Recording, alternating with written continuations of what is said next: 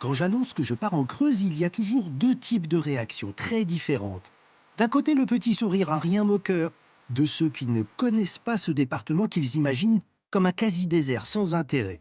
De l'autre, le regard plein d'envie de ceux qui savent que la Creuse est la promesse de paysages envoûtants inattendus. Aujourd'hui, je vais avoir pour guide une personnalité exceptionnelle, Gilles Clément, paysagiste, botaniste, écrivain, mais avant tout un jardinier pas comme les autres. Le gazon, il doit toujours être vert, les haies doivent toujours être taillées, c'est des murs, mais c'est un peu un paysage vu comme un objet. Un jardin, c'est pas un objet, du tout. J'irai également à la rencontre d'Hervé et Céline Mathez, des éleveurs aujourd'hui à l'avant-garde de l'écologie. Même si on le fait d'abord pour soi, on sait que c'est au service du bien commun. Sans oublier Marjorie Méa, une artiste qui peint avec de l'encre végétale. Les plantes, elles s'appellent mauvaises herbes tant que tu sais pas comment elles s'appellent. Et après, une fois qu'elles ont un nom, ça devient un vrai quelque chose. Le temps d'un détour en Creuse, j'aimerais bien comprendre pourquoi, pour certains, le bonheur se cultive au jardin.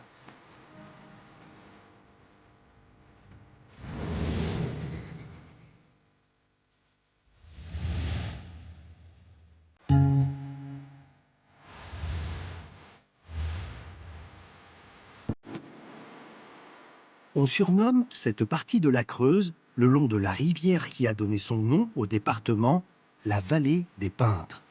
40 kilomètres de panoramas enchanteurs qui, à la fin du 19e siècle, ont attiré des centaines d'artistes, dont le père de l'impressionnisme, Claude Monet. Séduits par la nature en mouvement, les lumières changeantes, ils ont révolutionné la peinture en sortant de leur atelier pour peindre en extérieur, sur le motif. Celui avec qui j'ai rendez-vous est à sa façon un artiste, un jardinier qui crée avec la nature. Bonjour Gilles. Bonjour Eric, comment vas-tu? Très bien, mais très très bien. Je ne sais pas si ça fait ça à tous les visiteurs, mais je ressens presque une quiétude rien qu'en arrivant chez toi. Bah, c'est le lieu. C'est pour ça que je me suis installé ici. Ce lieu, tu l'as appelé La Vallée, c'est quoi à la fois ton lieu d'habitation et un lieu d'expérimentation pour toi? Ah, bah, c'est un lieu de travail, parce que c'est les mains dans la terre, de toute façon, c'est un jardin. Et c'est un lieu d'accueil pour les étudiants depuis très très très longtemps. L'idée de cette maison, c'était vraiment qu'elle s'intègre aussi par rapport à toute la nature qu'il y a autour. Pour moi, c'était pas d'avoir une maison, mais l'idée, c'est un jardin. Donc il fallait être, même quand on est dans la maison, être dans le jardin. Donc il faut qu'on y voit clair, il faut qu'on voit. Tu es parti d'une page blanche et ça commence à prendre forme. Sur quel projet es-tu en train de travailler? Ça, c'est le projet du mémorial pour les victimes du 13 novembre à Paris. Et le projet consiste à réaliser une sorte de sculpture, on peut dire, avec le nombre de roches taillées qui correspondent au nombre de quartiers où il y a eu les attentats, avec des passages entre ces roches qui sont à la fois pour les piétons mais aussi pour les plantes. Donc c'est quand même un jardin. Bon, voilà, alors il y a une sorte de perchoir avec des trucs pour attirer les oiseaux, et il y en a 7 comme ça. Parce que les oiseaux s'envolent, parce que les âmes s'envolent, c'est un rapport avec, à la fois avec la disparition, mais en même temps la liberté.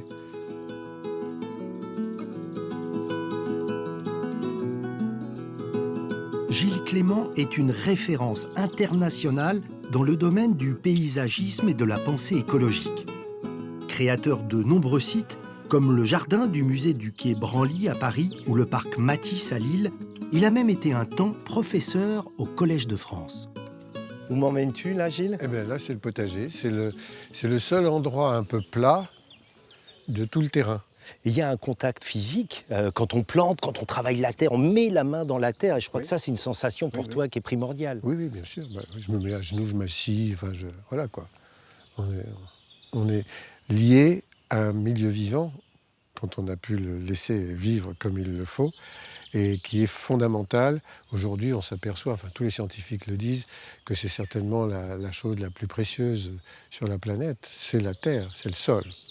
Quand on a la chance d'avoir un petit terrain pour faire un potager, qu'est-ce qui se joue quand on y amène notamment ses enfants ou ses petits-enfants?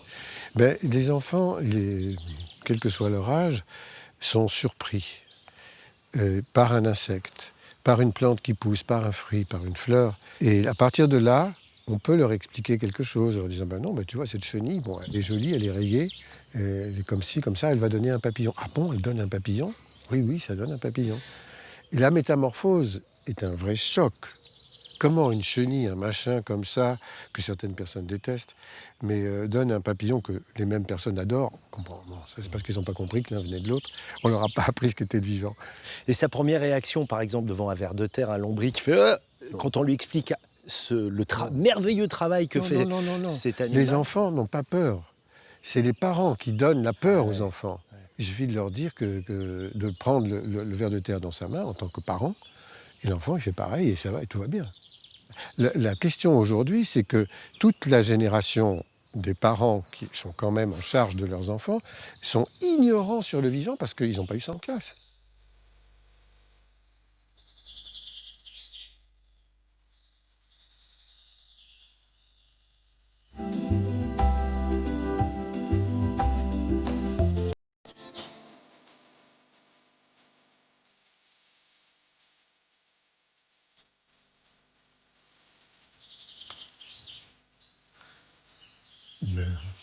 Voilà. En voilà une qui n'était pas là avant. C'est-à-dire? C'est-à-dire que c'est une plante vagabonde. Après avoir fait ses graines, elle meurt. Les graines vont on ne sait pas où. Elle disparaît. Hein. C'est une énothère qui vient d'Amérique. Elle s'appelait Lamarckiana autrefois. Erythrosepala aujourd'hui parce qu'elle a des sépales un peu rougeâtres. Il y a des plantes absolument incroyables. Je regarde. Attends, j'y vais, je m'approche parce que je n'ai jamais vu. C'est quoi? C'est un arbre? Ah non, c'est une plante herbacée. Plante herbacée. Oui. C'est une herbe un peu spéciale. C'est une plante originaire de la cordillère des Andes, qu'on trouve aussi bien au Chili que jusque dans l'Amérique centrale, mais en altitude. Mais alors ça, tu l'as planté? Oui. Alors, peut-être c'est l'occasion que tu m'expliques ce qu'est le jardin en mouvement. Une plante qui est arrivée, comme tu dis, un peu en hasard, par hasard, et ici, celle-ci que tu as plantée. Eh bien, alors, si je veux garder cette plante-là, j'évite de faucher par là. C'est la même chose qui se passe, on le voit d'ici, avec toutes les achillées qui ont des fleurs blanches. Donc le jardin en mouvement, c'est l'idée que le jardinier ne cherche pas à maîtriser la nature, mais fait avec elle. Dialogue. Le jardinier dialogue avec la nature. Dit qu'est-ce que tu fais là? Ben voilà, moi. Est-ce que le lierre il a le droit de monter là? Ben oui, tu as le droit, t'es pas une parasite de toute façon.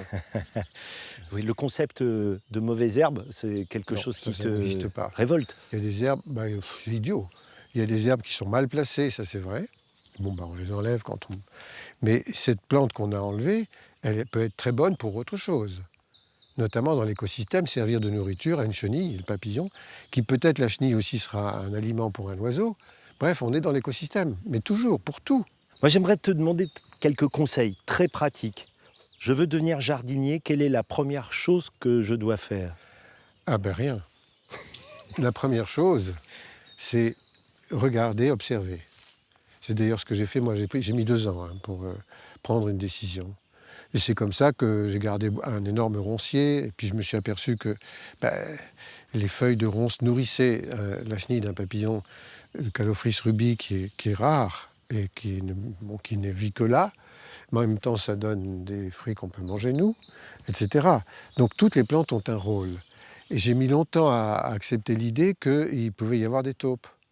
Parce qu'avant, je les tuais. Parce qu'on m'avait appris à tuer. Moi, en tant qu'ingénieur, je suis ingénieur, attention.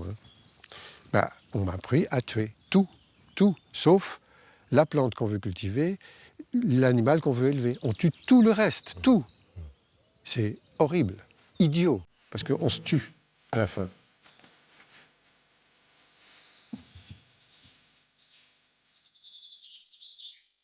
Jardiner, ça peut être une forme de poésie. Ah, c'est en tout cas un travail artistique. Obligatoirement, même si on ne s'en rend pas compte, les jardiniers sont parfois des artistes quand ils interviennent sur la résolution esthétique du lieu dans lequel ils se trouvent. Et ça, c'était pas prévu au niveau de la conception. Après, dire qu'on est des poètes, c'est possible aussi, bien sûr, ça dépend des mots qu'on met là-dessus.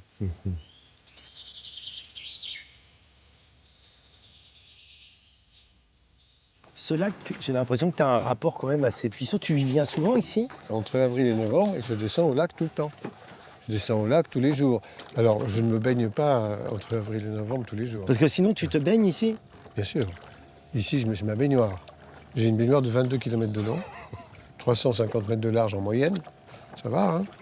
Quand j'ai travaillé toute la journée dans le jardin, moi, j'ai besoin d'aller prendre une douche, mais c'est pas la peine d'ouvrir les robinets de l'eau de la ville. Il n'y a pas de ville ici, mais enfin de l'eau de la commune. C'est difficile de définir ce qu'est le bonheur, mais est-ce que tu t'en approches pas un petit peu en jardinant ou en venant ici? Tout est combiné, c'est un équilibre entre le jardin, la possibilité de se jeter dans l'eau, le chant des oiseaux. C'est très important tout ça.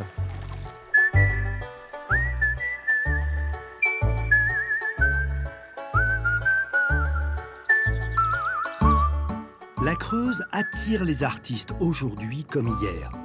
C'est en compagnie de Marjorie Méa que je pars pour une curieuse cueillette, car Marjorie a l'habitude d'utiliser des encres végétales qu'elle fabrique elle-même. Il adore ça. Comment il s'appelle? Il s'appelle Happy. Bonjour Happy. Tu vois, moi, je pense que la Creuse, c'est le pays des arbres heureux, tu vois. T'as vraiment des arbres qui sont au milieu des prairies, comme ça, qui peuvent... qui sont pas obligés de se battre avec les autres pour la lumière. Et voilà la prairie de carottes sauvages. Cette fleur, la sommité fleurie, en fait, que je ramasse. Tu vois, je passe comme ça, j'essaye d'en laisser au max pour les abeilles. Et c'est avec ça que je vais pouvoir fabriquer mon encre, en fait. Parce qu'en fait, finalement, les couleurs dans la nature, tu les rencontres parce que tu te salis. Et tu te rends compte que tout ce qui tâche est couleur. Ouais. Et après, c'est des couleurs qui sont très, très subtiles, très fines. C'est pas, y a pas de rouge, il n'y a pas de bleu, il n'y a pas de couleurs fortes comme ça. Et puis, tu vois, tout ce moment que tu passes avec la fleur, c'est déjà un moment de correspondance avec le paysage qui va rentrer ensuite dans le dessin.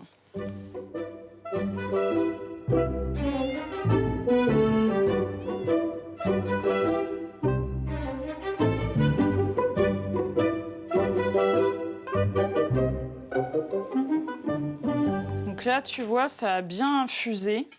On sent que le jus, il est coloré. On fait le test sur le papier. Voilà. Là, on voit que on commence à avoir une belle couleur. Donc là, c'est bon. On va filtrer.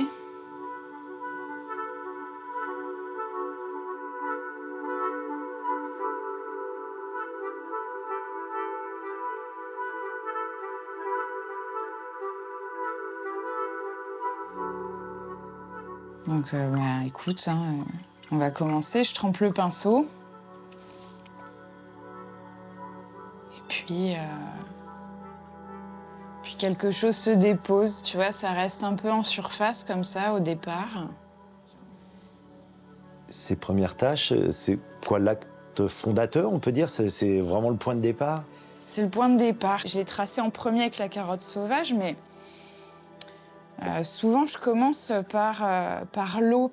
Tu fais ce geste invisible et ensuite, tiens, là, je vais prendre un peu de baie de sureau, un peu d'encre noire.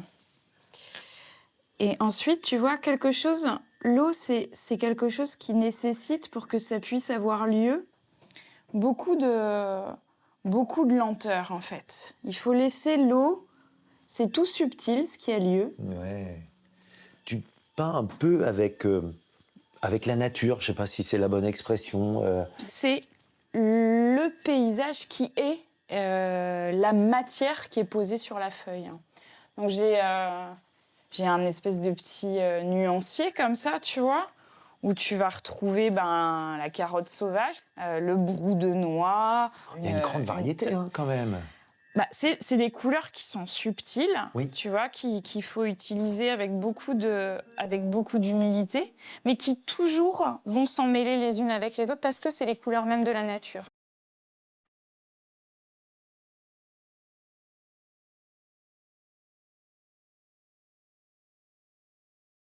Après, ce que j'aime bien souvent, c'est partir d'un élément du réel. Tu vois, celui-là, là,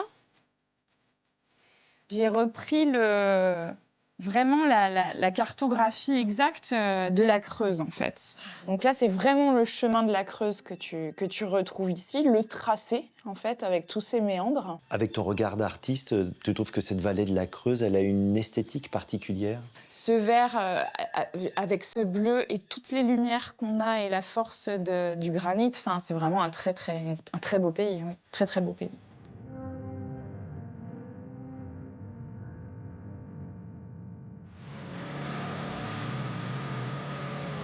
Bon, tu m'emmènes où alors maintenant? Eh bien, chez Céline et Hervé, où là, on a une ferme avec du produit bio. Et ils se sont mis à ça il y a maintenant quelques années. Ils font un super boulot.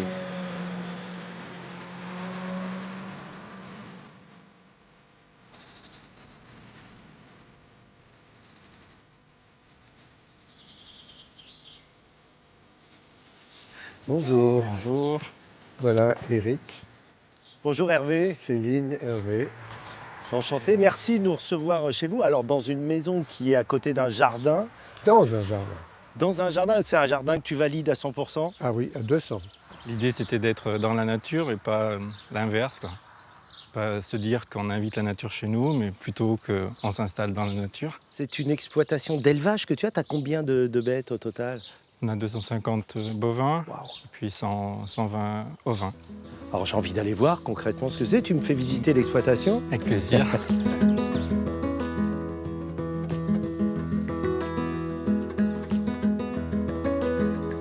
Hervé est né ici, dans la ferme familiale.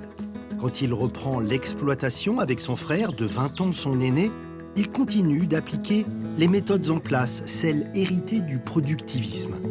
Après le départ à la retraite de son frère, il décide avec Céline, sa femme, de changer radicalement et de passer en bio. Qu'est-ce que tu ne supportais plus dans cet ancien système?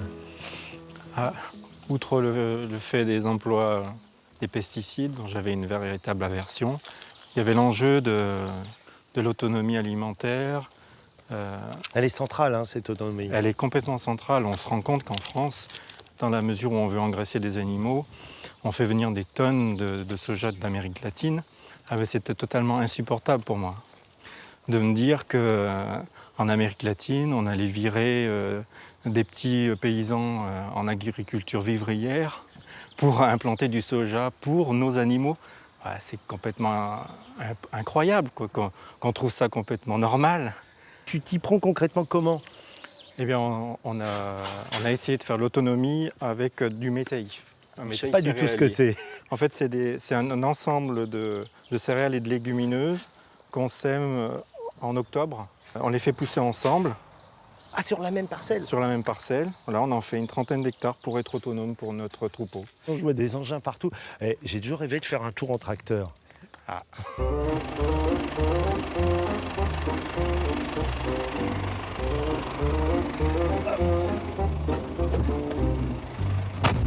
Super.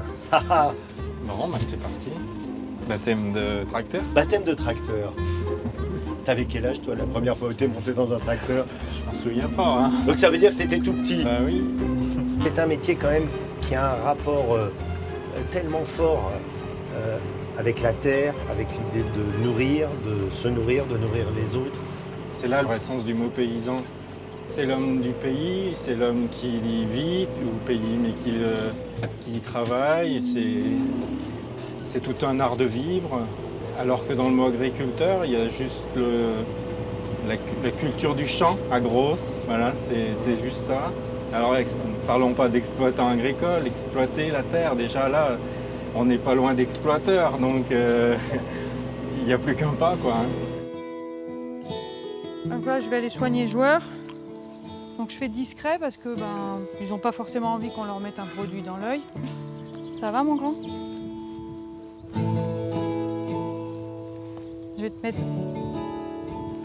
Voilà.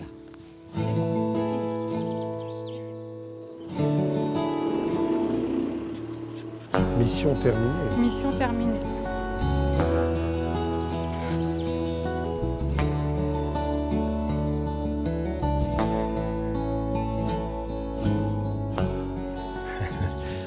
assister aux soins. Et si j'ai bien compris, c'est avec des huiles essentielles, c'est ça, Céline? Ouais, c'est pour les mouches transmettent des maladies dans l'œil qui s'infectent et après il peut perdre son œil. Donc quand ils sont dans les champs, j'essaye de soigner avec les huiles essentielles à la volée comme vous avez vu.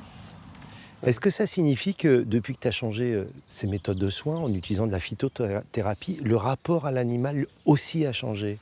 Oui. Oui, parce qu'il y a plus de soins où tu commences pas directement avec une piqûre. Et la piqûre, c'est mal vécu. Et ce qu'il y a aussi, c'est qu'il faut intervenir très en amont. C'est-à-dire qu'il faut avoir vu ce qui ne va pas très vite. Je sens que dans ton approche, dans votre approche, le bien-être animal, il est au cœur. Oui, c'est-à-dire que moi, c'est mes collègues, en fait, les vaches. Et puis, je pense que j'essaie de les comprendre. Peut-être, Céline, tu peux parler de... On ne le voit pas d'ici, mais il y a un tronc là-bas. Oui, je disais à Gilles tout à l'heure Couché. que Gros arbre mort. c'est un arbre mort, là. Et donc c'est un problème pour les hommes là, qui font le foin et qui veulent tout le temps l'enlever. Et moi, pour moi, cet arbre mort, c'est du bien-être animal. Pourquoi? Parce qu'il a plein de branches, il est très solide et il y a divers étages de branches. Donc il y a 3 catégories d'animaux qui peuvent se gratter dessus. Et le grattage chez la vache, c'est hyper important. Et donc là, tu as des branches qui sont faites pour les veaux, et donc pour moi, ça, c'est du bien-être animal. Des champs pour des vaches où il n'y a que le fil électrique, pas un arbre, pas rien, un bout de bois, rien. Ça va pas.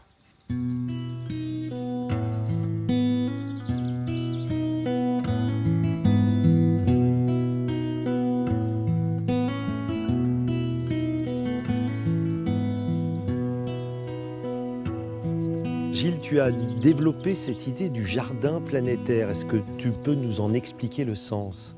Le jardin planétaire, c'est la planète considérée comme jardin. Et quand on prend cette idée-là, que la planète est un jardin, on dit automatiquement tous les habitants de la planète sont des jardiniers.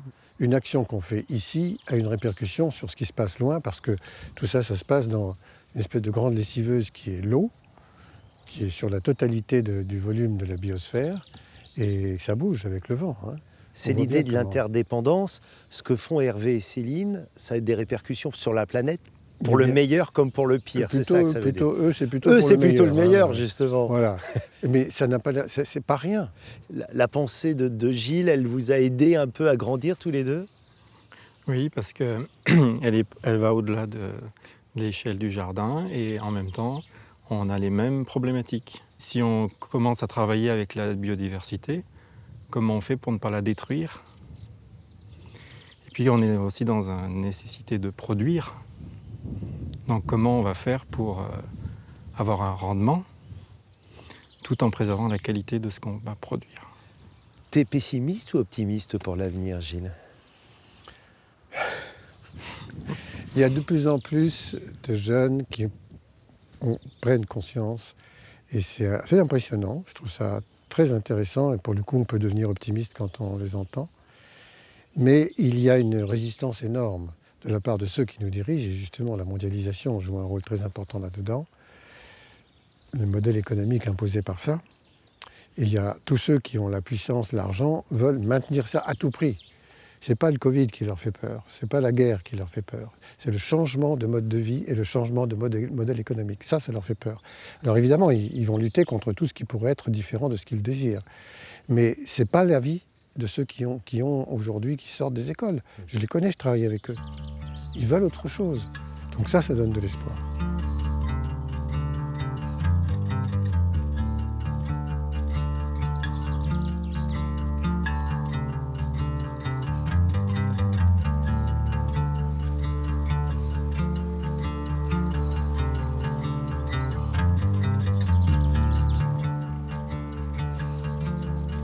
Pour terminer cette balade, je tenais absolument à partager avec vous mon coup de cœur, le plus beau point de vue dans cette vallée des Peintres.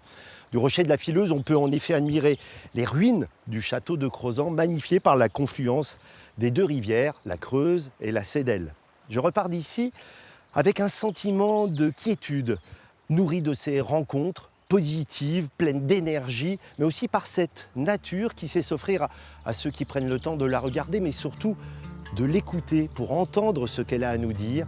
Le poète Christian Bobin ne s'était pas trompé, le bout du monde et le bout du jardin contiennent exactement les mêmes merveilles.